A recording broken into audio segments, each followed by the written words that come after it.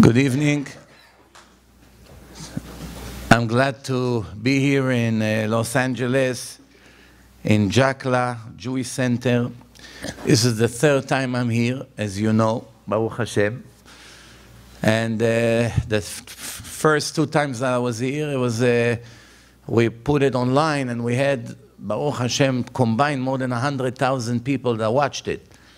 So you have very big zchut here. In this place, last year, they had 131 events. This is the biggest Jewish center for Jewish activity and spreading Torah, running by Aryeh Rifkin, that gives his life to promote this place and to bring people here, and the Shabbat activity.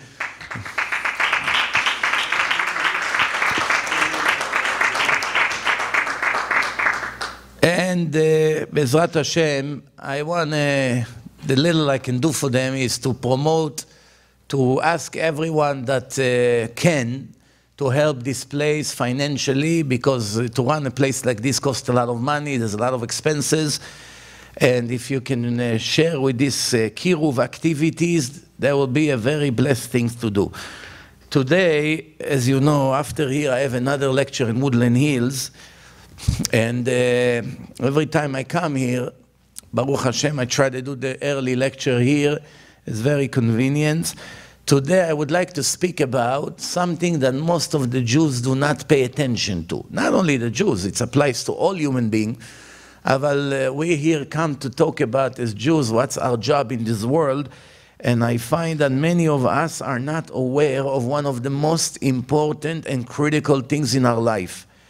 The Rambam, the greatest Maimonides Rambam in Ilchot Shuvah, Perek Zayin, Halacha Gimel, this is what the Rambam writes. Al tomar she'en tshuva ela me'averot sheyesh ba'hem ma'aseh, kegon znut vegezel vegneva. The Rambam say, don't say, what does the Torah want me as a Baal Tshuva to do? What does it mean to be a Baal Tshuva, to do Tshuva? By the way, to be a Baal Tshuva applies also to people that were born religious. Not like some people think, I was born to religious parents, I went to yeshiva, I'm not a Baal Tshuva. That's a very common mistake.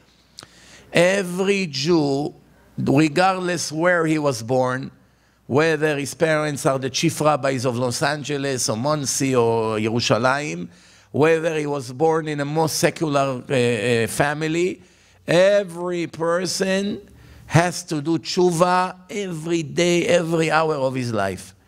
Even big rabbis, even big Talmidei Chachamim, people that deal with mitzvot all the time, they still need to do tshuva daily. That's why we have confession before we go to sleep on Kriyat Shema.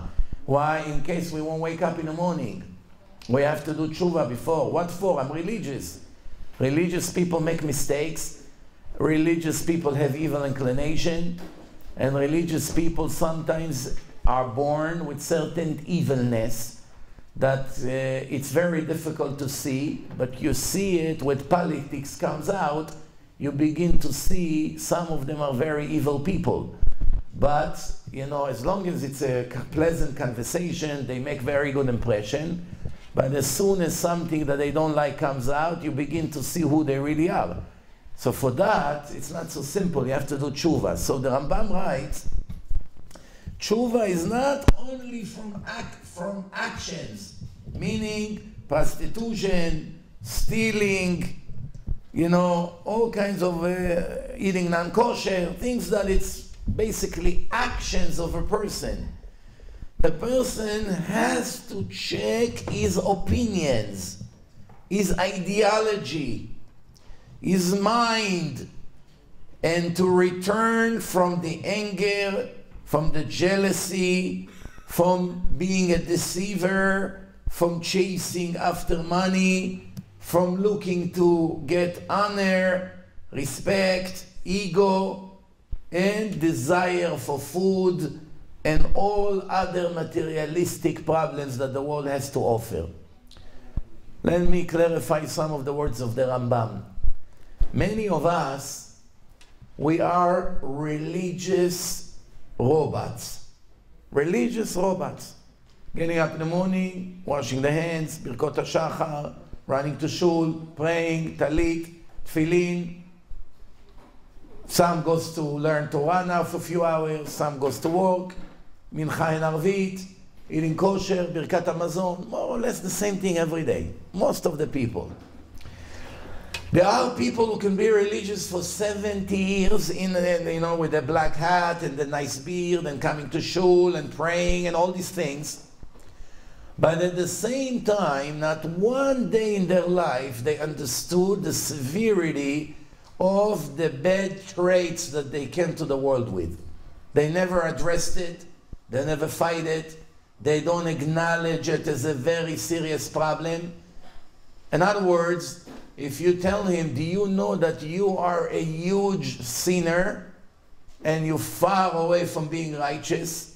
He would look at you and say, what do you mean? Why? What am I doing wrong? Did you see me stealing? Did you see me making all kinds of sins with the women? Did you see me eating in a non-kosher restaurant? Did you see me one day I'm missing shul?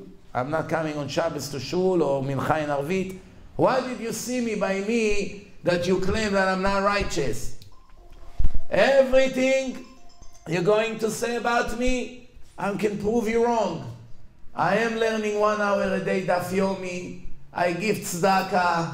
I listen to lectures. I do a lot of things. I'm religious. What do you mean I'm not righteous?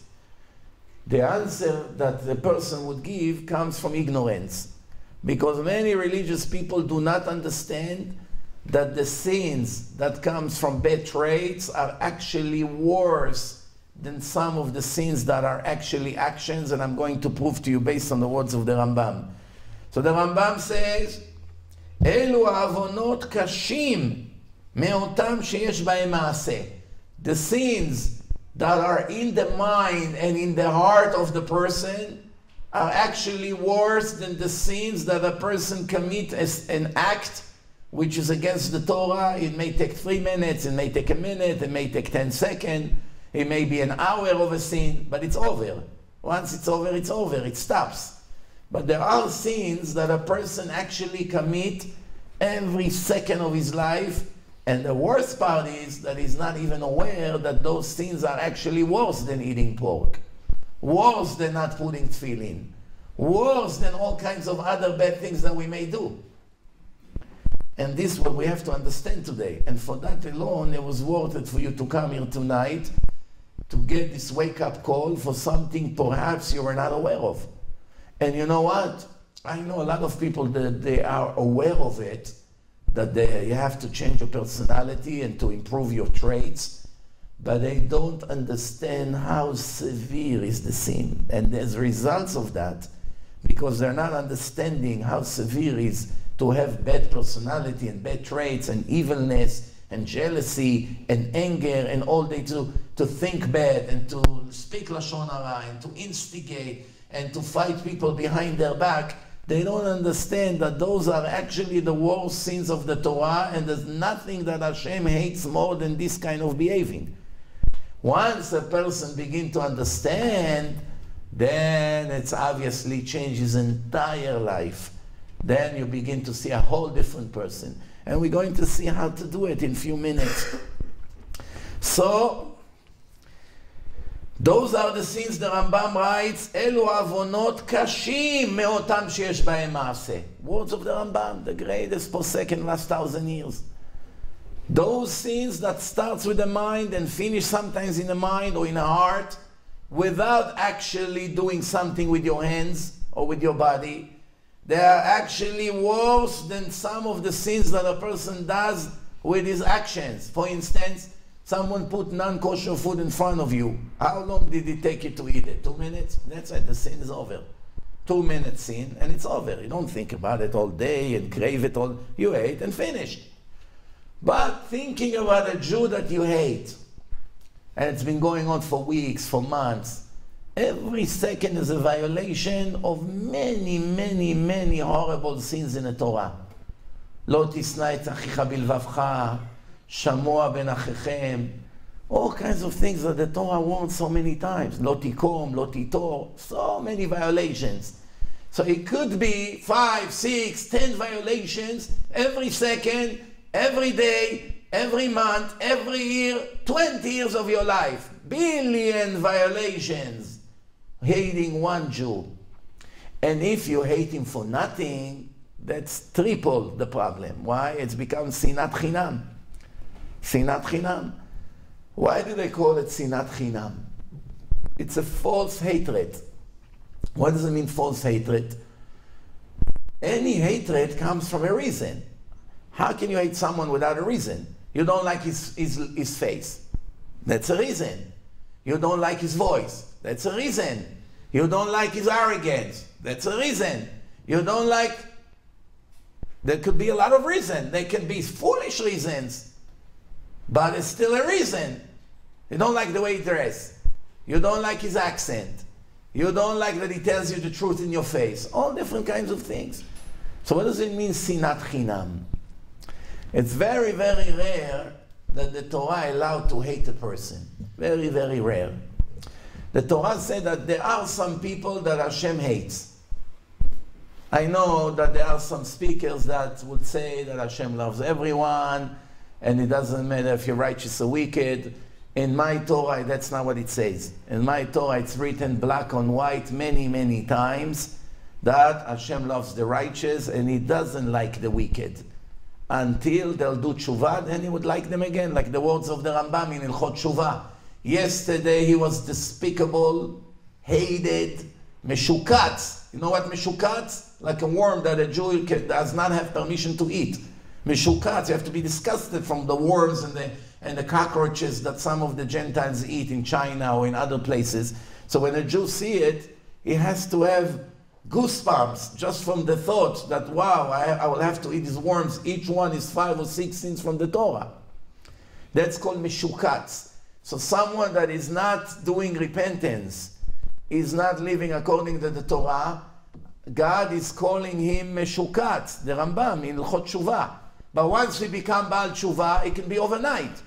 He accepted on himself to be Shomer Shabbat, to stop with the lies, to stop stealing, to return what he stole, to behave more modest. He began to make the first step towards God. What happened? Immediately his status changed. That's what's beautiful about repentance. It doesn't have to be 30 years. Yes, it will take many, many years to fix everything. But Hashem doesn't wait until you finish a 30 years period of correction. No. Right away, as soon as you got on a train, you didn't reach your destination. You have a week of being on a train until you get to your destination. The fact that you got on a train to the right destination already now, that's already changing your status completely. Meaning if a person will die before he will reach his goal, he will never be judged as a wicked like he was before. Yesterday was despicable, and today is loved and welcome. And this is the words of the Rambam. Right here the Rambam continue. The Rambam say, once a person become used to those sins of the mind and the heart, קשה הוא לפרוש מהם. It's very difficult to get out of it.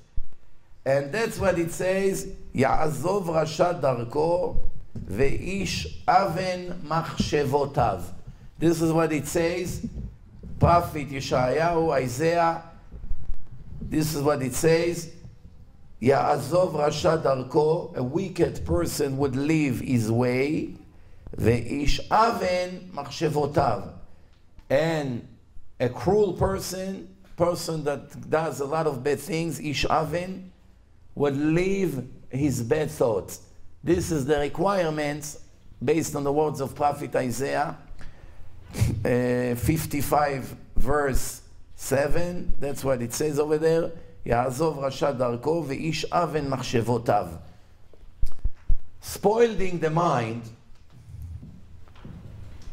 contaminating the mind, that's a better word. There are two categories to this sin. One is in quantity and one is in quality. How you can contaminate your mind in quantity and how you contaminate your mind in quality. What's the difference? Isn't it the same thing? Quantity and quality is the same thing. It just depends how many times you repeat it. So it becomes also quantity.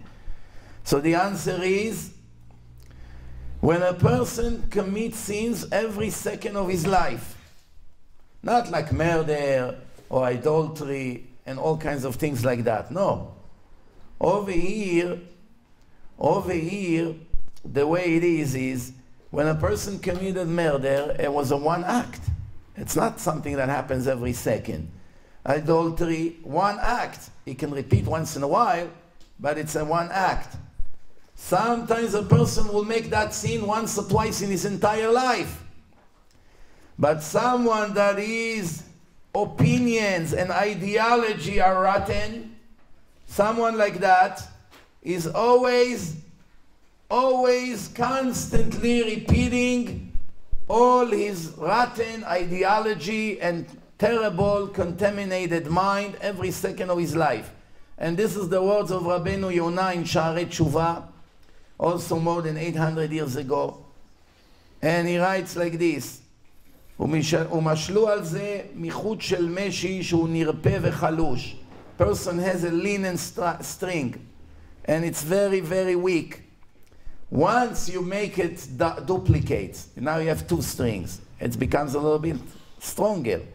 If you do it hundreds, even though linen, you can rip it. Well, what's a string of linen? You can pull it and it's ripped. But what happens if you put 100 together? If you put 100 together, it's much, much harder from now on to rip it. Why? Because it's not the same when it's so thin and so weak. So that's the parable. What do we learn from that? Therefore, when a person does one time, he has one bad thought about something, that's no big deal. You can still overcome it. You work with yourself and you get rid of it. If you repeat it second time, it's like another string. Third time, another string. Fourth, fifth, 10,000, million times, it becomes something that's very difficult to cut off. Why? Because it's become solid in your mind. That's become who you are. When you meet a person, how do you know what spiritual level this person is in? How do you know? You don't know who he is. One way to judge people is by the way they dress. If you see a person dressed black and white, beard, black hat, his tzitziot are outside, all kinds of things like that. Then right away from here, what do you learn? You learn this person is probably a yeshivash. He's connected to some kind of yeshiva, he's ultra-orthodox. That's one way that people judge each other, even though sometimes the judgment will be way off the reality, because some people dress in certain way for personal agenda, for personal gain, and it's not really who they are. But overall, usually that will be the case. The clothes will teach you a lot about a person. The hair of the person. A man, lemashal, if he has very high blorit, tons of gel in the hair, what do you learn from that?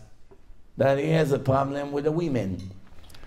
Why is he putting so much into his hair? Because he wants to find favor in the eyes of the women. Why, when a man, especially single, religious, not married, why would he want to make impression on the women? Two options. One is he wants to find a kosher kala. And second one, he wants to do other things. So by the way the hair of a man is, you learn a lot about him. Also by the way he dress. For instance, if the clothes are tight to the body or they're wide, you can see right away a lot about him. You see about his body, the muscle, how much he put into himself, goes for hours every day to work out. Then you learn a lot about this person, that everything by him is external. He's putting a lot of effort on the way he presents himself from the outside. So there's many things you can learn about a person. When a person begins to talk, you learn about him the most. By the way he talks, from his body language, you learn a lot of things about him, positive and negative. You know, for instance, if he talks and he puts his hand in his mouth, that he's insecure. Meaning, I'm saying what I'm saying right now, I wish I wouldn't have to be here to talk. Let me just get it over with and run away. He has no choice. He has to talk. Maybe it's his job, but he doesn't enjoy what he does. Or every second he touches his nose like this, then you know he's hiding something. It could be a lie or something like that. Or by the way he moves with his body. He opens his legs, he closes his legs, his chest is out, you know, back or forward. You learn a lot about this. The way the shoulders are, the way the hands, he moves a lot his hands. There's so many things you can learn about him. In 1 minute conversation, you can write a full report about that person. And you will be off very, very rarely in some things. Because, you know, it's not exactly an exact science like math. You can be off here and there, but most likely you will know a lot about the person. Now, let me give you an example. When you sit with a person and he begins to talk to you the entire hour about sport, what do you learn about him? Only talk to, he has yarmulke, everything is fine, even maybe tzitzit. The entire hour he spoke about LeBron and his friends and Caspi and this and the Lakers and the Knicks. That's all you heard about him for the last hour. And the Super Bowl is coming. What do you learn about him? What do you learn about him? That this is the most important thing in his life. That's the thing that makes him happy, excited, he's willing to run after that, to put hundreds of hours every month into it. Obviously, you also learn about him that he doesn't have devotion for learning Torah, because it doesn't go together. If you're into the sport and you learn every name of every player and his contract and how much he makes and what the trade was and who the coach is and how many minutes he gets per games, like some of these teenagers, obviously your mind is not in Torah. That's why you fill it up with a lot of nonsense. If a woman talks about fashion all day, this designer, that clothing, the new shoes they came up with, the new perfume, that's all she talks about. What do you know about her? She's very shallow. She's not deep. She's not spiritual enough. That's why a lot of these external things in the world, the show-off world, the material world, is a main part of her life. Sometimes you see very spiritual women dress very casual, very modest, nothing they care about. Names, brand names, designer, shopping, this kind of shoes, that kind, this color. They don't care about these things. Why? They have very strong connection to Hashem, to modesty, to holiness. As results of that, once the mind is full with something that Hashem wanted to be full, all the nonsense comes out. It's either this or that. Let me explain based on the words of the Rambam. The Rambam says, sometimes a person commits a sin every second and second. It won't be like murder and adultery and all of that. Someone that his mind is contaminated, it's an actual constant sin that never stops for 1 second. Umatmid bekilkulav. His entire lifestyle is all rotten. There's not 1 minute in his life that he was righteous. Even though he's religious, in the eyes of the environment, society around him, they think he's a very religious man. But not 1 time in his mind he had a minute that he can be called righteous. Did you know that? A person can be even in yeshiva sometimes, but he's jealous with someone else that succeeds more than him. He cannot see that somebody else knows more Torah than him. So there's one thing, you're jealous with someone that knows more Torah, that's no problem. Maybe it will make you better, competition. Very good. Hashem wants people to know Torah. But once you begin to criticize him and to kill him, to make stories about him, and to go and ruin his life, then it shows that you're nothing but a very wicked person. And it doesn't matter that you shomer Shabbat. And just because you write a check or you give a speech here and there, that doesn't make you righteous.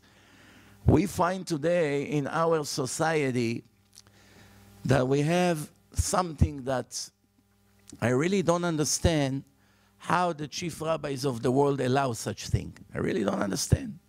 Because based on the Torah, based on the book of the Chafetz Chaim, which was a top expert in the laws of Lashon Hara, dedicated many years of his life, I never saw ever that there's permission for Jews to speak the truth, not lies, to speak the truth about other Jews. You meet your friend. Did you hear what happened to Moshe? He was late to the wedding, and everyone got angry. Why does he have to know about it? What gossip? The Torah says, "Lo telech rachil." You're not allowed to talk. It's worse than eating pork. Sentence like this. Oh, you know what? Maybe you should help this guy. He's poor. You have good intention. Help him out. He's poor. How do you know? Maybe he's embarrassed that people will know he's poor. How do you know you agree? You have good intention. Even that, it's a sin from the Torah.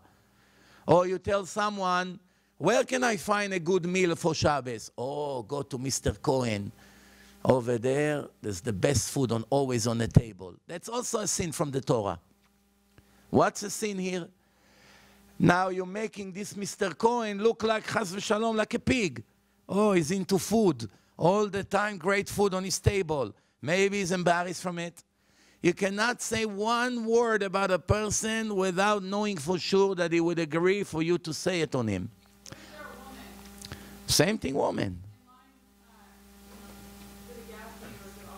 Is it also lashon hara to say that about them, that they might not be modest? We'll give some time for questions in the end of the lecture. Is it lashon hara to say that about them? No, it's not. Why? Why? Because something that was already published to the whole world and it's written in books, it's not lashon hara. Why is it lashon hara to say that about those women, those holy women, who are our sisters, and the men and the children?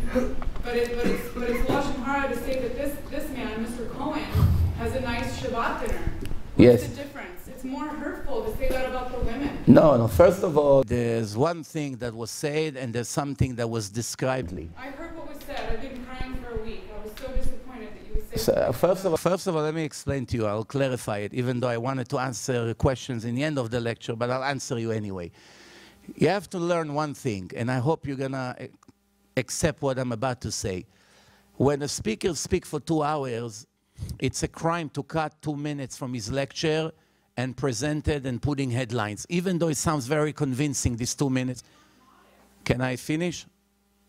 Okay, so now, let me tell you exactly what I say, and you see that what they say I say, and what I really say is totally different. First of all, the entire 2-hour lecture was speaking about what the Nazis did to the Jews. And that's what I say over there, that everything that they did everything they can to humiliate the Jews as much as they can. And they put the men naked on one side, and they put the women naked on the other side. And it was horrible, because now you have to stand next to your rabbi or next to your father, and you don't have clothes. I spoke about all this in the lecture. So obviously, to start with, my intention was to show the crimes of these monsters and not to put any Jew down. That was never the intention. However, let me finish what I said, then you will see that the picture is totally different than what they describe on this evil news. So the way the lecture was, and it was a 2 hours lecture, like most of my lectures are 2 hours and up, I spoke over there that when they came to take pictures, they came to the ladies, and everybody knew that in 5 minutes they're going to die. So before I started to explain that, I spoke about the museums that, like in Israel, they have museums, in America they have Holocaust museums, that they, with no shame and with no respect, they take pictures of Jewish women that were murdered. 5 minutes before they were murdered, they took their clothes off. They came and took pictures of them, this monster, to brag about what they did. And we as Jews, we hung their picture in museums, and I said the editor, the person that designed the museum, if he had to hang a picture of his mother or his sister naked in a museum, would he put his naked mother in a museum that 1 million people a year would come to Yad Vashem to see that that's what the Nazis did to them? Verbatim, you said... I didn't finish yet. Thank you. Thank you. First. No, I didn't finish my thing. Why should I listen to you? When I finish, then you can comment. So now, that was the introduction to the case. Then I said, and I didn't bring it from my own, I read it in a book of Rav Zilberstein, which is one of the Gdolei Ador. He said that when they came to the religious women, they also knew they're going to die. They were very upset. Who wants to die? Nobody wants to die. So they came to take pictures of them. They knew they're going to die, but they still had in their mind to think, I don't want my naked pictures to be somewhere. So they only gathered together. How do we know that for sure? You just said that we can't speak something unless we know for sure. So I'm telling you, I tell you that I read it in a book, or I told you the source. I read it. How do you know that the book is a reliable source? You can ask about everything. They could be murdered. Yeah. They were murdered for Please being move out. Now, let me finish. Now, so the point is like this. So you're right. What you read in the history books, if we go by your claim, let me ask you a question. You believe all the history books you read? No, do you? Not all of them. Okay. Depend who the source is. Where did you see So that? when one of the biggest rabbis in the world brings it in his book, Who? obviously he took it Which from. rabbi? I told you Rabbi Zilberstein is one of Gdolei Ador, one of the top 10 in the world. Why So would in it Iran- matter if they were secular or if So they were no, religious? so I'm saying there was no point of, I only wanted to highlight the fact that a person that has God in his life, even in the last minute of his life, he thinks about his dignity and modesty. That's it. No one came to talk about other women to make them look bad. Women were forced to be naked and Right. they were murdered. And what did the newspaper write? That I said that they came to the Nazis to take pictures for them on their own. You see how they lie? What was the headline of the article? You said That I said that secular They women had no shame. took pictures for the Nazis naked. And I never say such thing. That's a lie. All you have to do is to change 2 words of the sentence and it changed everything. Now I want to tell you something. These comments that I made, both of them, were more than 4 years old. More than 100,000 people saw it in Israel and all over the world, and not one time someone made a complaint against it. You know why? Because when they see the 2 hours, there's nothing wrong with what I say. Everyone knows I had no malicious intention. I didn't want to put anyone down. I just wanted to highlight the importance of the dignity, of the modesty of a person, even to the last second of his life. But That you was the didn't. subject. You didn't. That was the subject. Now, one more thing, I want to tell you something. You have to know one more thing. People speak like me 22 years. I spoke 10,000 hours. 10,000 hours. I have critics. I say the truth as it is. Baruch Hashem, I met close to 150,000 Jews religious. Nobody ever in history did such thing. You have to know it. Today alone, I forward to Torah Anytime close to 50 emails that I got alone today from people that wrote to me from Israel and from here and from Europe, that they became religious recently in the last few weeks from my lectures. So I contribute to the Jewish nation a lot more than the average Jew. Number one. Number two, somebody that speaks 10,000 hours, it's very likely that here and there is going to make a mistake in his judgment, something that maybe sounds offensive to some people. But you have to judge by the intention. You have to see if a person comes to make fun at someone, to put him down, that's one thing. Then, you know, I understand why it's upsetting. But every logical and every honest person that listened to my lecture see that that wasn't my intention. Yesterday I met with a Holocaust survivor, Mr. Katz. Before he knew who I am, he heard what they say on the news. After he started to hear from other people, he saw that it's not so simple. So he invited me to his house, and I drove 2 hours to his house yesterday, and it's right now all over the media, my meeting with him. He hugged me and blessed me and asked in a video, everyone should help me to do Baalei Tshuva. He forgive me 100%. He know there was no malicious intent, even though my numbers were inaccurate, and I admitted and apologized for it. He is a person that should have been offended more than anyone. He said, I know that what you meant wasn't anything bad and evil, and you can see it all over the media on the video. So if he's willing to forgive an innocent mistake, you can also do that. I don't have the authority to forgive you. You don't have. You also don't have the authority to criticize me. But you don't also have the authority to criticize me in public. That's murder according to the Torah. According to the Torah, publishing in the internet, website, not you, website that publish in the internet lies about a person, deceive, take things out of context, add things to the story, put headlines to make people, to create hate, they are mass murderers, Jews. Mass murderers. Those secular women didn't care. I didn't say that. You did. No, I didn't. I didn't say that they didn't care in a meaning that, come, take my pictures. No. That's how you, No. you did in everything. I only said that they were so desperate to die, they were such a pain to die, that at that moment, they let them take their pictures without covering. Can you imagine how the people feel who have literally watched hundreds of hours of your lectures? Fine, I personally but watched I and shared hundreds of hours. I made that clear to you. Listen. And so no one has a right I made it clear to you. I have to tell you something. 10,000 hours, my critics, that what they do, 10,000 hours of lectures online. Critics are digging like this with a magnifying glass. They pulled out altogether half an hour from 10,000 hours. I'm doing pretty good. If from 10,000 hours, half an hour people didn't like, you know what? I hope that my 10,000 hours to come, I also will keep this rate, because we are not angels and we are not God. Judge us all well. I don't judge anyone. When did you hear me? All right, let's move on. Okay. Fine. We got your point. That's it. You made your point. I'm going to say one thing. No, you're done. Okay, let's move on. So now, the Rambam is like this. Eliyahu Hanavi, it has to come to every Brit Milah, regardless of whether the parents were religious or secular. You know why? Because he died and gave Hashem a bad report about the Jewish people. We are a people who are survivors. And this situation that's going on with Rabbi Mizrahi is the smallest thing that's affecting our community today. So that's not a big deal. All right, let's move on. Let's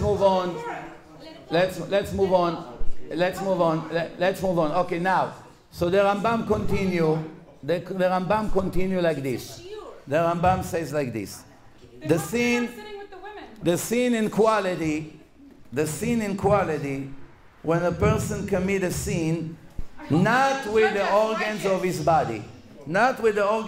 body, with his mind. Meaning, there's a difference when a person commits sins with his body or when he sins with his mind. Why? What's the difference between the mind and the body? The mind is where the soul is.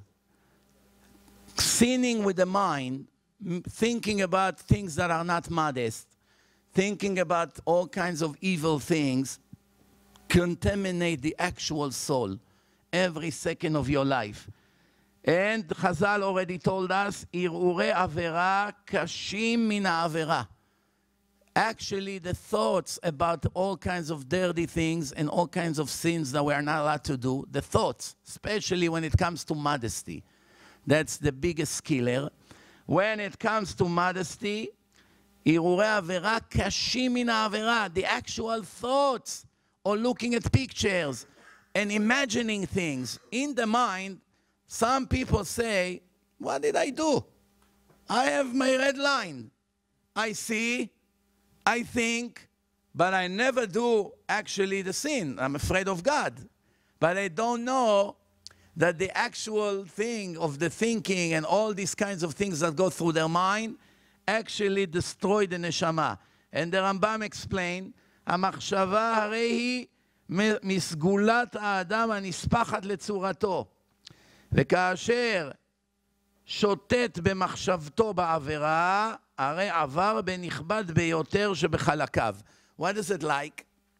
A person that has 100 different stores, shoe stores, watch stores, book stores, and then he has one store that is big diamonds, every diamond 10 million. Very, very important store. If somebody steals from him a few pairs of shoes, it's not going to affect him so much, $100 here and there. But if the business with the diamonds that has hundreds of millions of dollars merchandise, if this business go down, that's worse than all other 99 other stores going down. If you ask him, what would you prefer, that this business will go down or this business would remain and 99 other stores will go down. What would he say? I want to keep this business because this is where most of my income comes. I have a lot of other stores. This is the same thing, the human being. You have the hands, you have the legs, you have other organs in the body, and then you have the mind, which is the neshama, the soul. If the soul is committing the sins, meaning you contaminate it with the mind, that's the same example like I gave with the store. That's much worse than other organs are sinning. And why? Because a person, he has a divine soul that God put in his mind, and that divine soul is literally divine. There is a divine spark in it.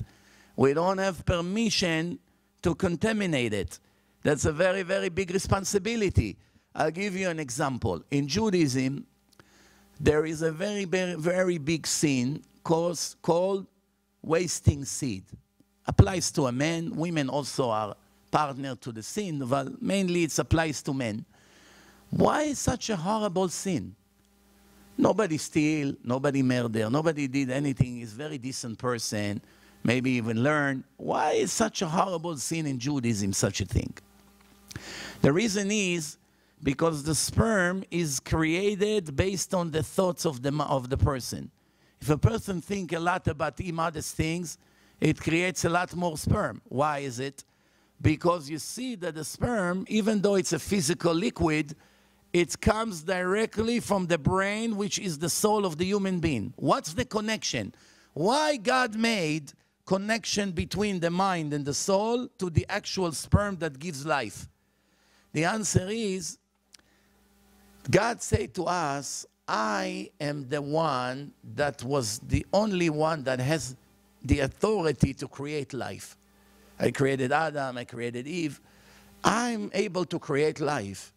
Nobody actually, besides me, has this authority. I made life.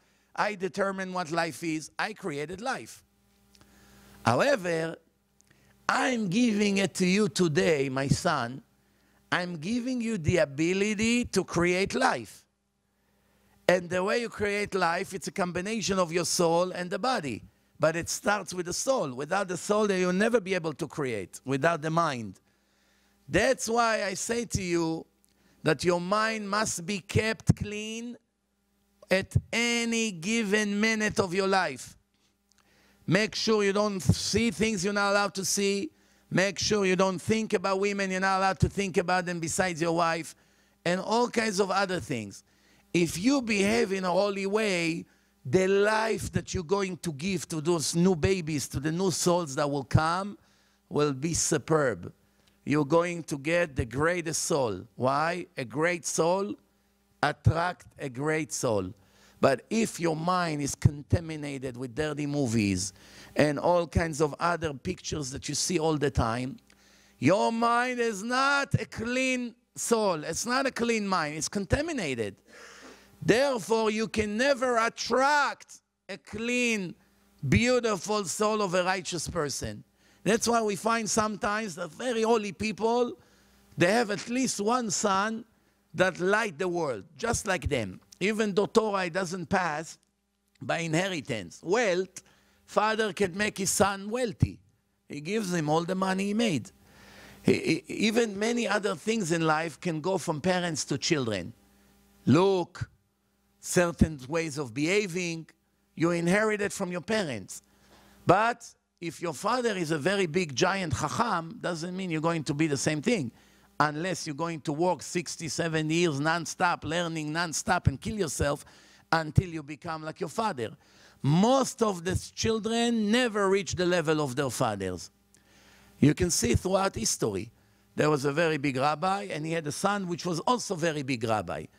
There's always advantage, almost always an advantage to the father towards the son. That everybody will admit, my father don't talk to me and my father in the same level. And that's not out of respect. Because you can see right away, even though there's always an exception to the rule, of course, but this is usually how it is. And there are holy people that their mind is 100% clean.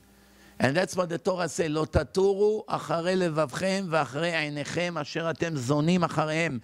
Do not follow your eyes and your heart. Those are the two organs that create the main sins that destroy the mind and the soul. The eyes see all kinds of things you're not allowed to see according to the Torah. The heart the desire begins inside, and the next thing, you move into actions. But before you move into actions, as soon as it penetrates the eyes and the mind, the sin already began.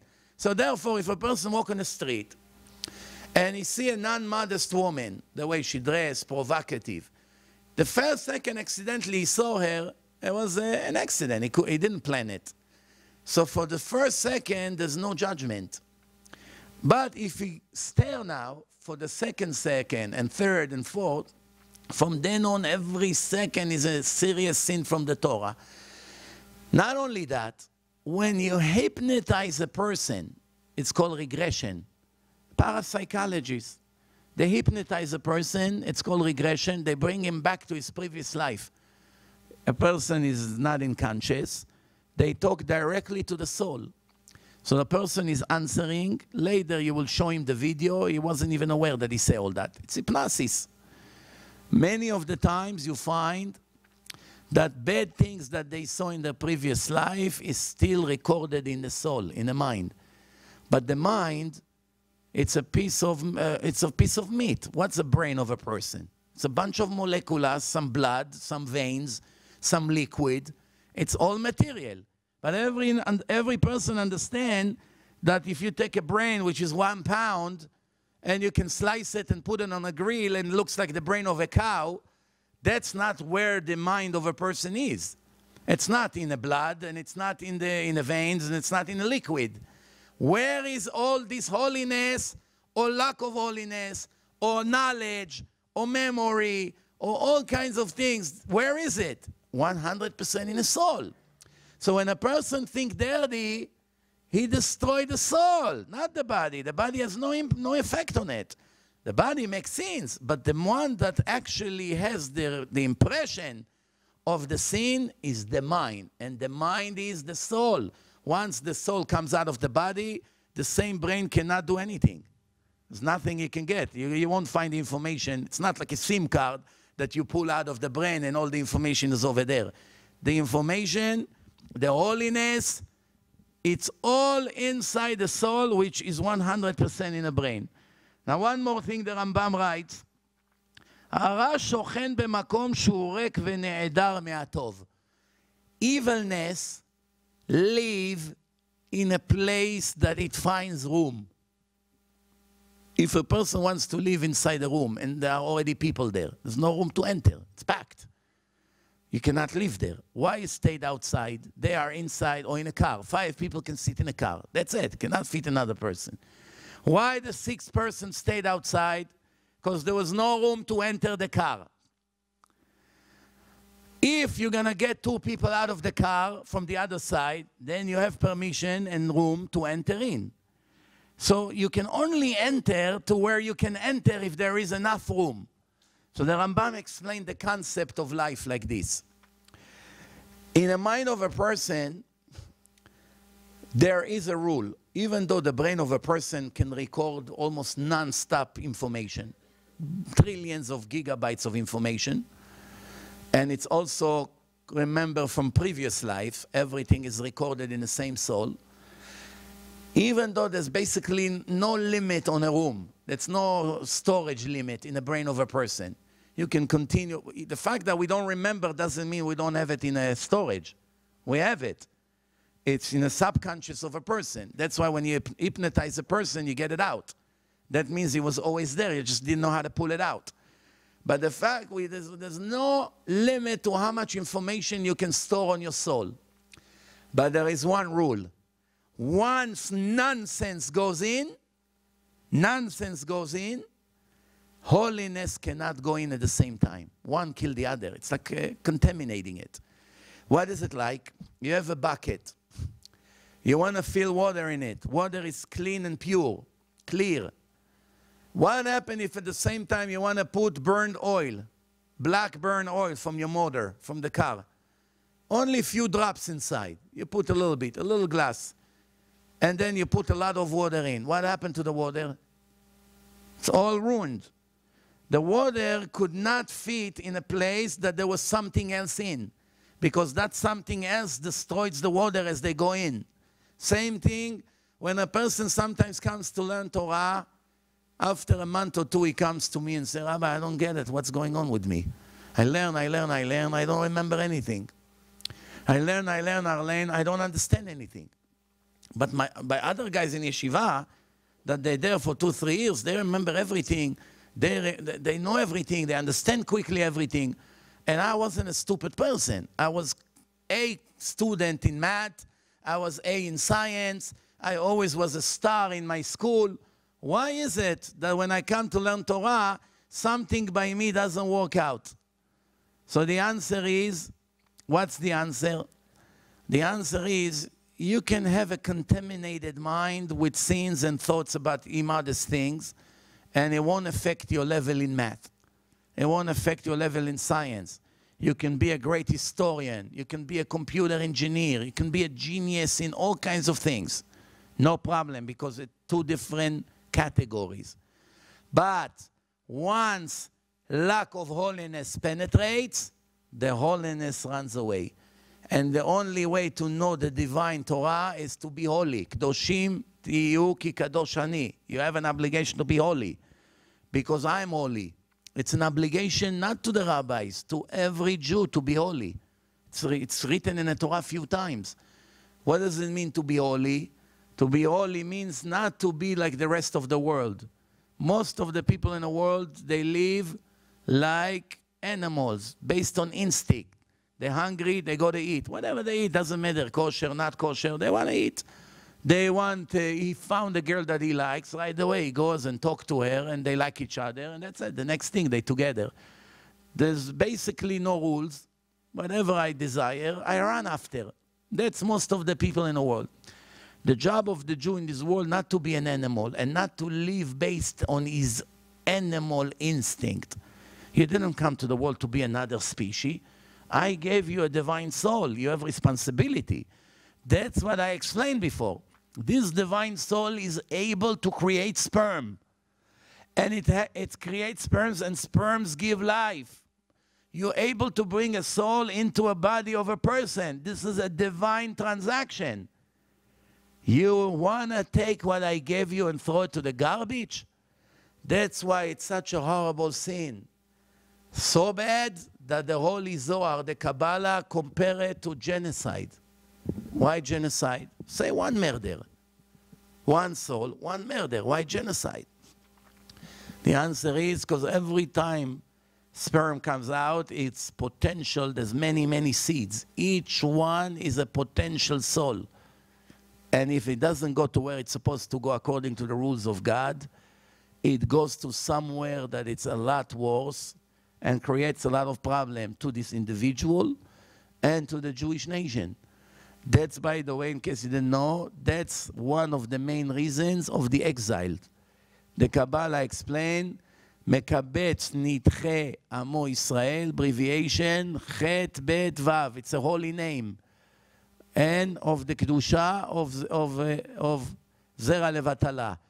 And all those seeds go to a very bad place, and the only way to get them out of there and to put it in a positive side is with serious tshuva, and we are now in a Shovavim, 6 weeks, that is potentially more able to fix these sins more than the rest of the year. That's why they call it Kufat Shovavim. Before we finish, and then I give time for some questions if you have, the Rambam conclude over here, if a person is filling himself with Torah, lectures, learning, reading, Tehillim, he constantly goes in, there is no room for nonsense to penetrate. If somebody comes and tell you, come, there is a new designer, he made up a new thing, you don't even want to waste a minute on it. But a week later, that you stop learning Torah, you already told him a week before, don't waste my time on this. I don't have any interest. 1 week after you stop learning Torah, he will give you the same invitation, you run. What happened? A week ago you didn't even want to hear about it. Now you're running? I saw in my life, before I became a public figure and people basically non-stop harassing me, questions, this, emails, 700 emails a day, phone calls, texts, demonstration, people like this woman, non-stop, around the clock, all the time. Before all of that, I was able to sit for a few good hours a day and focus and learn, and that would be like I feel that I'm not in this world, bichlal. I'm in heaven. I'm here, but I'm not really here. And those days, even if you come and give me anything you can think of, it would not even be a consideration. Why? Because once the body and the mind is 100% in a pure place, doesn't have to see people, doesn't have to deal with all the wicked people, doesn't have to deal with all the evil in this world, doesn't have to deal with the hypocrisy and so many people that all they care about is their ego and nothing about Hashem, non-stop. This is not easy. Every public figure will tell you the same thing, especially if they have millions of people on their heads. But the point is that from all the 22 years, I only find people with 100% pure mind when you go into this holy yeshivot in Yerushalayim, over here, over there. They don't know anything, no cell phone, no internet, nothing. They sit and their life is full of Torah and high, very high level of holiness. And that's the ultimate happiness that a person can reach in this world. There's no other way to reach happiness here. Because all other happiness is temporary, and right away you move on with your life. You bought a new car, you're very excited. 2 or 3 days, it's gone. You met a girl, you're excited 6 months, you get married, then it becomes a way of life. You don't sit every day and feel how lucky I am. It becomes a way of life. Food, you eat, it's over. This is all momentary moments of pleasure.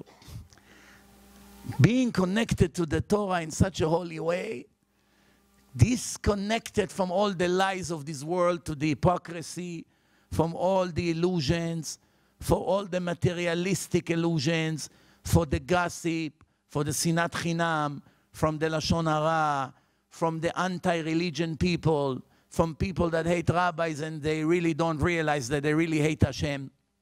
They don't hate the rabbi. What the rabbi has to do with them?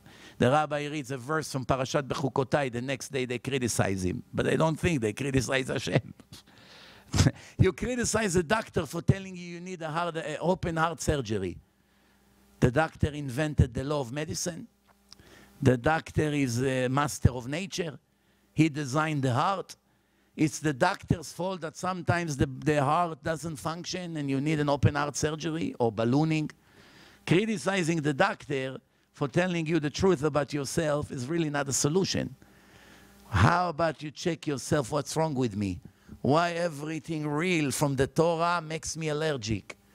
To the level that these people become obsessive, that they're willing to murder a person physically. Why? Because they want to be right. They want to relax their conscience, that by putting the rabbis down, it makes them feel important. And sometimes it's just publicity. They like the attention.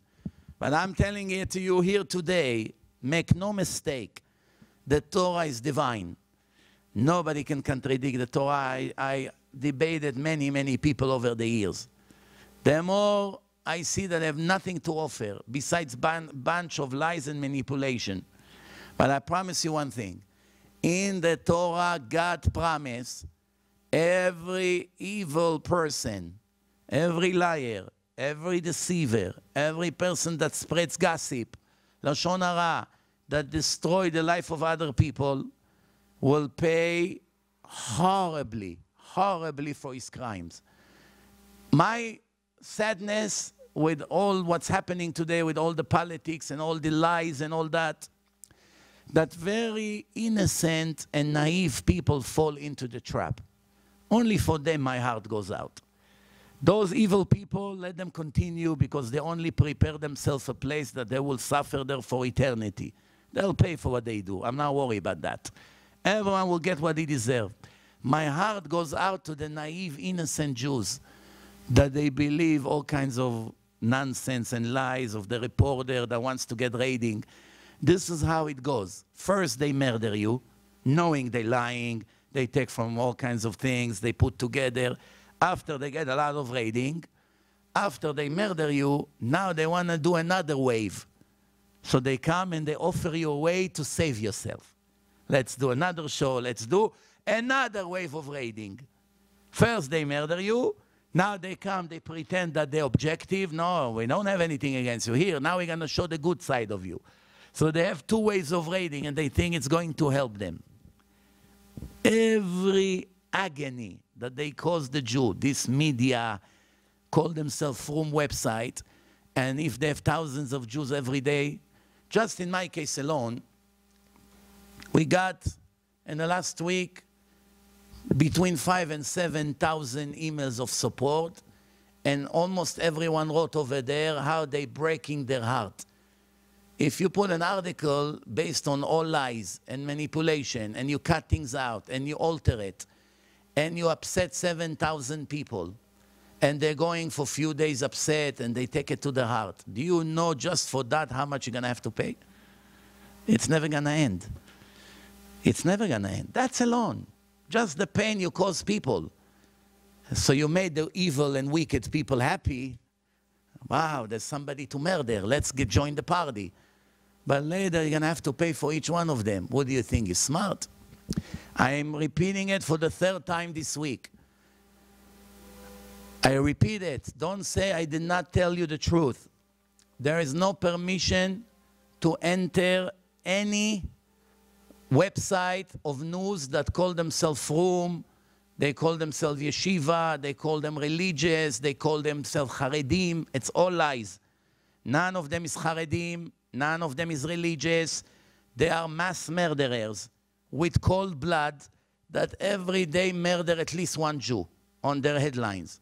They murder this rabbi, and tomorrow it's this rabbi, and the next day it's this doctor, and then tomorrow it's the prime minister, and the next day it's this politician, and that, and this. If they only reported the news, what happens in the world, fine, it's no problem, everything's fine.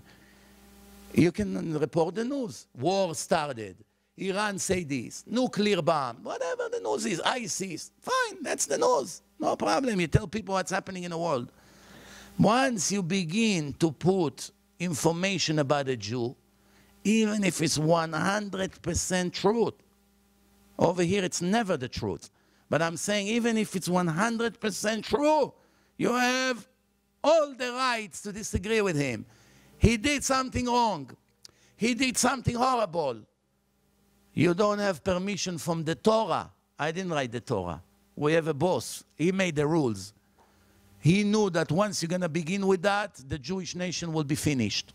And that's exactly what's happening right now. If we had a chance to have Mashiach with this kind of behavior, I don't know how Mashiach would come. The next thing he would come, they write against him also on Facebook. Yeah, well, what do you think they're going to do? They wrote against Rav Chaim Kanievsky. They're not going to write against Mashiach. They wrote against the Belzer Rebbe. They're blaming him on those critics, the same ones that fights me for 4 years. They wrote over there that it's his fault that all his students died in the Holocaust. Because when they asked him if to go to Israel, he told them, stay here. But they don't tell you what was the reasons that he made that decision, what happened. For instance, when I met with the doctor yesterday, he told me that he lived in Czechoslovakia. And he told me that when his brother escaped to Switzerland, and they had a way to escape.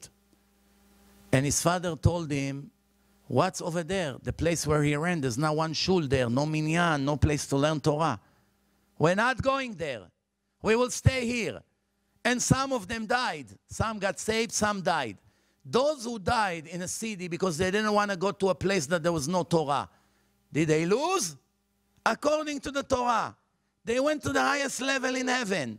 Persons are willing to die, not to go to a place and destroy the soul, and because of that you gave your life for the Torah. Do you know what level you have in Olam Haba? The Torah says, Gadol hamachtio yoter min hahorgo. If you take a Jew and make him commit sins, it's a bigger crime than actually murdering him. This is the words of the Gemara. Gadol hamachtio yoter min hahorgo. It's worse to influence a person to do negative sins than to actually murder them. Why? Where is the logic here? You murder him, he dies. 30 years old, he could have been another 40 years around. You took 40 years of his life. You murder him, if he was righteous, he goes to heaven. That's it. He may not miss this world. So, Baruch Hashem, I finished my tikkun. But if you take a religious person and get him into these places that he begins to commit sins, and then he loses his share to the world to come, it's a much bigger tragedy. That's what most of these Jews that call themselves frum don't understand. You can celebrate now for a year or two, but then you're going to have to pay such a price that millions of years won't be enough to fix the damage you made. Every time you publish something like this and you allow people to comment and to curse and to put the Torah down and to make fun at rabbis and to add lies, and everybody reads it on your website or on your Facebook page, you are accumulating millions of sins. In 7 years of life, you're not going to do it. One article, this reporter already made more sins than an average secular person in 7 years. They don't get it. They don't understand what is the destruction of Sinat Chinam and Lashon Hara. And again, I repeat, even if it's true. So don't come and say, well, they report the truth. The Torah didn't allow to report the truth. There's no permission like this. I make a deal with you. Find me one Talmid Chacham in the world that allow anyone to publish in the internet information against another Jew that it's true. Find one. There's no such thing. They made themselves a Torah. With permission from their own stomach, they invented a new Torah that they can murder people non-stop. And what happened? Every Jew that wants to do the right thing becomes their enemy also. Do you understand? This is an example how very, very few people will be righteous when Mashiach comes. And I want to finish with one sentence that a non-Jew told me. Non-Jew told me this sentence. He told me, you know, I'm learning a lot from you already for 2-3 years, and I'm planning one day to come to New York to convert. Right now I don't have the money, okay. But one day, that's my dream, to save enough money to come to New York, to move there, to go to yeshiva, to convert. That's his dream. He told me, I always wondered, how did God allow so many Jews to die? After all, such a tragedy. Nobody understands. How can it be such thing? Now when I follow the news for the last week of what happened in social media that call themselves religious, not to talk about the secular, over there it's even worse, I know now that if will be another Holocaust and 80% of the Jews will die, I will not have one question to God. I will tell them, yes, sir, you're right. I won't have a question. It will be so clear to me that it's 100% justice. A goy, a non-Jew. He saw from what's happening how people murdering each other for nothing. For nothing. Somebody made a mistake, apologize, finish the story. It's not about the mistake. It's about fighting the religion. And this and that, and it's not going on. It's keep going on and on. It's not finishing. Why? Attention. Evilness. The evilness of the people comes out. You see it in between the lines. But then at the same time, you see all the wonderful people. People that care and protest and send to them, shame on you. You see, you begin to see which Jews belong to the positive sides and which are soldiers of the Satan. I want to recommend you to watch my lecture, Soldiers of Hashem versus the Soldiers of the Satan. Briefly, what it means, the Satan needs soldiers. Who does he get permission to hire to be his soldiers? The evil and the wicked people. The more wicked they are, the more the Satan loves them and activate them to do his job in the world. And they are soldiers of Hashem. People who wants to always do good. Where does it say it? מגלגלים זכות לידי זכאי ומגלגלים חובה לידי חייב. If you are righteous, Hashem uses you to do good in the world, not to destroy people, no. If you are wicked, you are a soldier of the Satan. You will spread Lashon Hara in your page. You will make up lies about people. You will fight places that want to host somebody that gives his life to do tshuva in Am Yisrael and to do good things for Jews.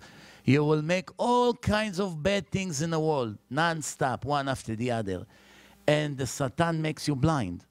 You don't see that you already occupied your heart. That's it. You became a soldier, and you're full of ego. How much devotion these evil people have to destroy the religion. Did you ever see such devotion? You come to a person, you tell them to do tshuva, you don't find such a devotion to do the right thing. Such a devotion to destroy someone you don't even know. Why is it? They don't understand. They're already the soldiers of the Satan.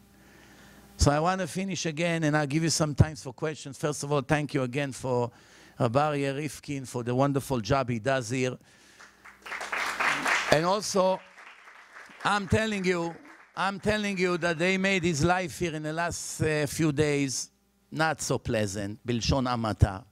They gave him a lot of hard time, but he, as a kosher Jew, stuck 100% to the truth, and even called Rav Chaim Kanievsky the biggest rabbi in the world, and they waited, how long was that? A day you waited for the answer? One day until he got back to you? Conversation. 2 days. There was 4 conversations back and forth. Rav Chaim Kanievsky has his grandson, Rav Aryeh Kanievsky, that is his right hand. 2 days. There was 4 conversations back and forth.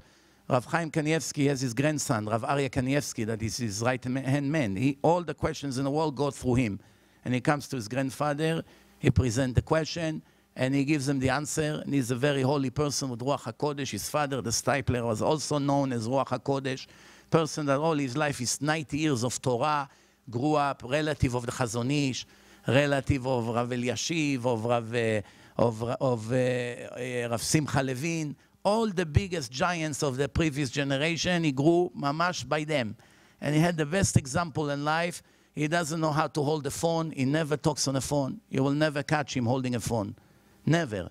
No phone, definitely not smartphone, only books, Torah. He doesn't even want to fix the mold for free. They offer to fix the mold in a wall. Leave it like this. We didn't come here for this world. The holiest person. And he gave him an answer. The lecture must stay. Nobody allowed to cancel it. And what happened? Like nothing happened. They continue as usual. עיניים להם ולא יראו. The Satan makes them blind. So what do you think will be the next step? Don't be surprised if they begin to butcher him now to the biggest rabbi in the world. They'll find what to say against him. Don't worry. This is the way the Satan works.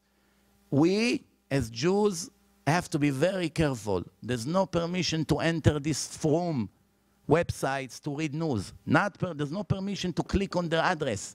No permission to go in. When they write good, when they write bad, once they murder people, you're not allowed to visit their place. If somebody across the street was a well-known murderer, would you come to have tea with him in his living room? Would you enter his house? Would you come to him for Shabbat? He does a lot of good, but he murders people. Would you do it? No, you wouldn't do it. If you have fear from Hashem, cut this out. Cut the Facebook out. Cut the Twitter out. Cut the websites out. Focus to Torah. You want to be in the internet? Go to my website, divineinformation.com, TorahAnytime.com, PureTorah.com. There's few kosher websites that spreads Torah. If that's where you are, Baruch Hashem, you're safe. Once you begin to go to other places, Chas v'Shalom, you can lose everything, and it's not a joke. It's not a joke. You have to be very, very careful. Even to read their lies, knowing that they're lies, it's affecting you. It's affecting your subconscious. You already begin to question. You don't have emunat chachamim anymore. Next time when your rabbi tells you to do something, you disrespect him. You don't know why. It's because you read all their lies non-stop for days, for weeks. It's destroying the neshama. You got to be very careful. And I know they're going to take revenge against me in the next few days because I repeat it in every lecture. But I didn't come here to find sympathy in their eyes, to find favor in their eyes. I don't represent them. I represent the Torah and the truth. Whatever the price is, that's going to be the price. We're not here to stay in this world. The reward will be in the eternal world. Right now, we're not politicians. We stick to the truth no matter what. And sometimes there's a price to pay. But we stick to the truth. We don't move because somebody offer you bribe. No, no, no. That's the truth. I don't move. Whether it's good, that's the truth. Remember, the truth is above everything. Any questions before we finish? Yes. Think of you as being in good company with what they did to Meir Kahane all his life. Rav Meir Kahane and Rav Ovadia Yosef and many other big influential rabbis. You know, like in Israel they say, shotim et adam shelaim im kash. They drink the blood with straws. But where is he now and where they're going to be? That's what's important. One follow. Yes. So Toelet, that you're allowed to say the truth about something if there's a purpose, a reason. Toelet is only when your partner wants to marry his daughter to this individual. Now it's become an issue of the moment. You're allowed to go to the partner and say, this guy is a thief. No, you're not allowed to publish it to the world. No, it would depend. If it's a known thief that go from one Jew to another in a community, you need to go to Beit Din to allow you to publish him. You cannot publish him on your own on a website. You have to go to the Beit Din. I said, you have problems with me? Invite me to Beit Din. Show me what I did against the Torah and against the halacha. The Beit Din will decide that I did something wrong. I promise you, they themselves will tell me you're not allowed to give lectures anymore. It happens to other speakers. You take them to Beit Din, you show what your proofs here, I'll show my side, and they will lose. They know it. That's why they use the media to judge a person. Yes?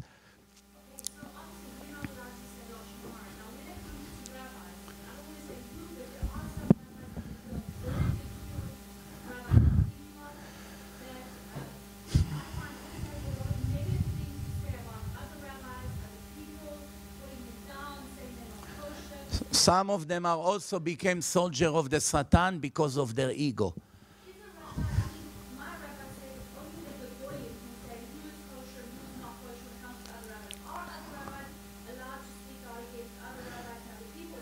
Not on the internet. Not on the internet. What purpose it has? To make fun at other ones. I think I know who you're talking about. And that individual used to be very good until he lost his mind and became the most evil person on earth. That every day what he does is murdering people, murdering rabbis, making fun of them, fighting against the whole world for his ego. You understand? And he calls Sinat Chinam. He's nothing better than these critics that call themselves looking for the truth.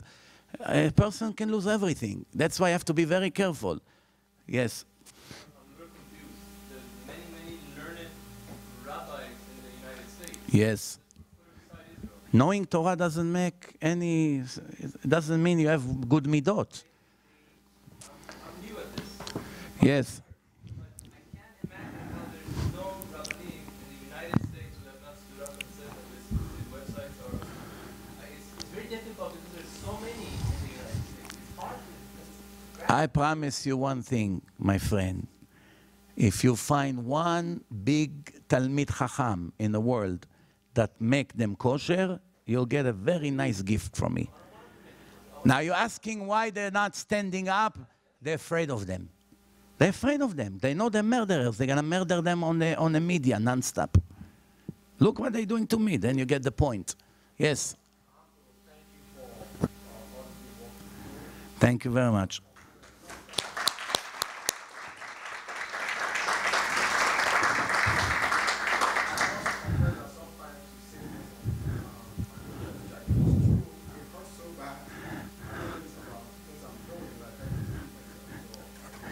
The purpose of the Musar in Judaism is to shake the conscience. Once somebody talks about something that people do negative and you sit in a crowd and you listen to it, and if you are honest, you think he's talking about me. I am the guy he's talking about. Whether it's a thief, whether it's someone who speaks Lashon Hara, whether it's Mechalel Shabbat, whether it's someone who, all kinds of other sins that a person does. When you sit in, but what do you think? I also listen to Musar. I also need all the time to hear Musar to wake myself up, not to fall down. It's a constant battle. I never remember once in my life that somebody said something that I didn't agree with, that I went and attacked him like a murderer online. Not once, find me. Nothing. And even if I say something, will never mention his name. Believe me, I have a lot of power. In one comments that I put in my media pages, I can destroy the life of this speaker. But I never do such thing. Why? Because I'm shaking from Hashem what's going to be my end. For one incident. These people have no fear. They think they're safe. Wait what's coming for them. Yes.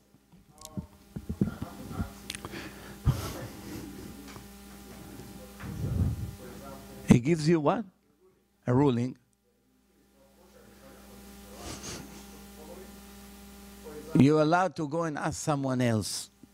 If you have a doubt if it's the truth of the Torah, you can ask someone else. Unless if you have a personal rabbi that you already know, is very knowledgeable, very honest, very righteous, doesn't care about his agenda and his personal gain, always answer you to the truth, then you don't have to worry. But if it's something that you have questions, you're allowed to go to a different chacham without saying, that rabbi say like this. You come to him and say, he said this and this and that, it's also not good. You can say, someone told me such and such and such. What is the rabbi opinion? He may tell you, no, it's incorrect because of this and this and that. Any more questions? Because I have to run. Yes.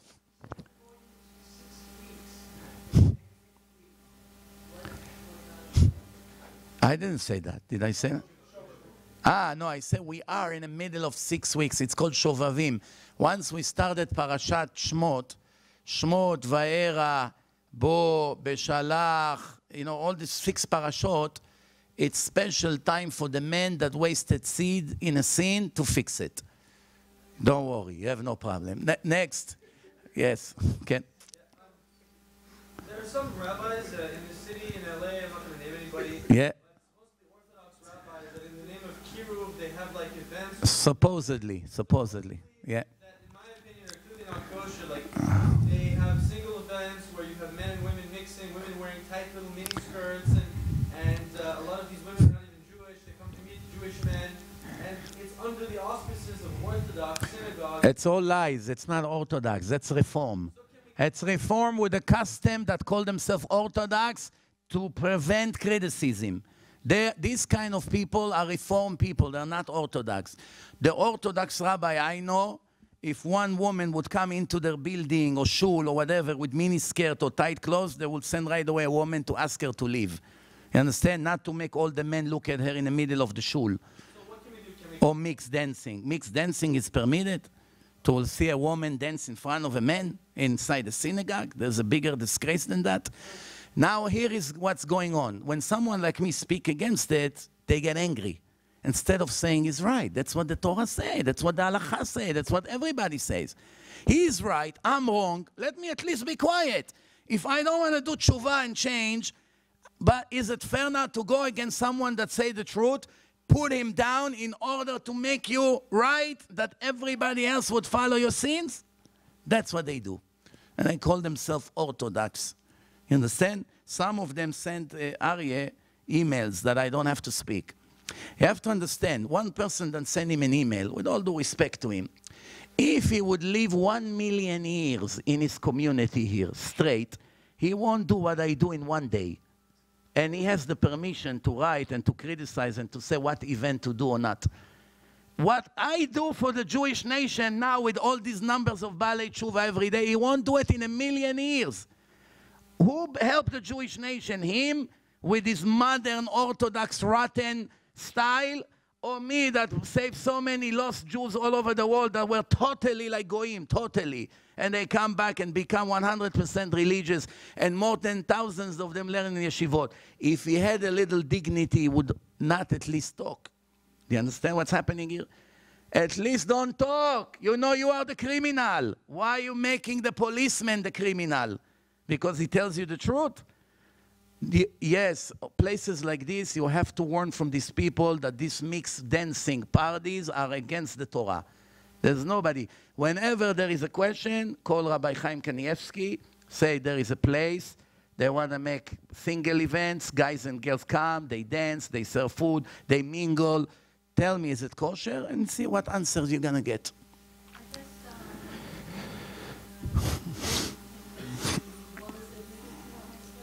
Yes, yes, he's out. He's good. Baruch Hashem. He had the flu. Yes. Last question for today, no? Yes. Oh, first of all, thank you for coming. Thank you. That's the sacrifice you made for what happened here. I promise you that Hashem will notice that very, very much. Yes. I also want to thank you for speaking about the subject that I suggested, which was the destructive effect of Lashon Hara on a community. And my question to you is actually a personal question, but I want to share it kind of with everybody. Your advice to me as to what I should do, being attacked. Just tonight, there's been, since I walked from my computer over to here, there were 394 comments against me, pretty much from the same people, about hosting this event tonight. And as you know, I mean, I lost funding for rent this month because of this. So it's a struggle, but I'm being attacked. And I mean, I'm boiling inside. I'm not attacking anybody, and I haven't. What advice would you give to me being under attack? It's such a way by some of the rabbis and leaders in this community. First of all, this is the world of lies. The Gemara says, Olam HaSheker. This world, the Gemara call it the world of lies. Don't expect this world to work everything according to the truth, number one. If you develop high expectation, you'll be very disappointed, number one. Don't ever have faith in people, only in Hashem. With me, without emunah in Hashem, already 20 years ago, I would be done. But I go 100% with Hashem, and Hashem always helped me. And I want you to know that after all this noise, my numbers went up 35% this week. And 4.5% of the people never ever visited my website before. 4.5%, you're talking many, many thousands. And the interesting things, my YouTube channel guy told me very, very few people left the YouTube channels, and many, many came in, more than ever before. So in the end, if you go with Hashem, you cannot lose. Rabbi Ari, I promise you, you're going to get the money for the rent, and you're going to make a lot of big events here, and you're going to get 1 or 2 good letters from big rabbis, and you will use it. And then at least the kosher people will know that you are on the right side. What these people can bark until tomorrow. You don't, when you walk in the street and a dog bark, you get excited? You don't take it to your heart, right? This is the way I look at these people. These most evil, wicked people on earth, they can bark as much as they want. We have a job to do. They will bark, and we will go on through. That's what they say in Israel. הכלבים נובחים, והשיירה עוברת. Thank you very much. All the best.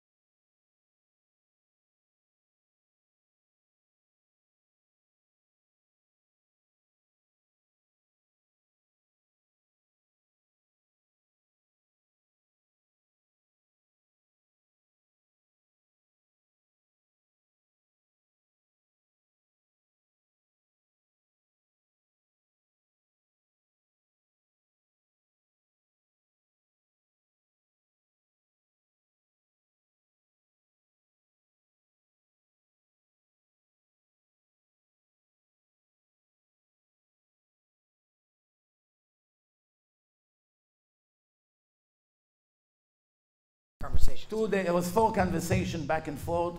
Rav Chaim Kanievsky has his grandson, Rav Aryeh Kanievsky, that is his right hand.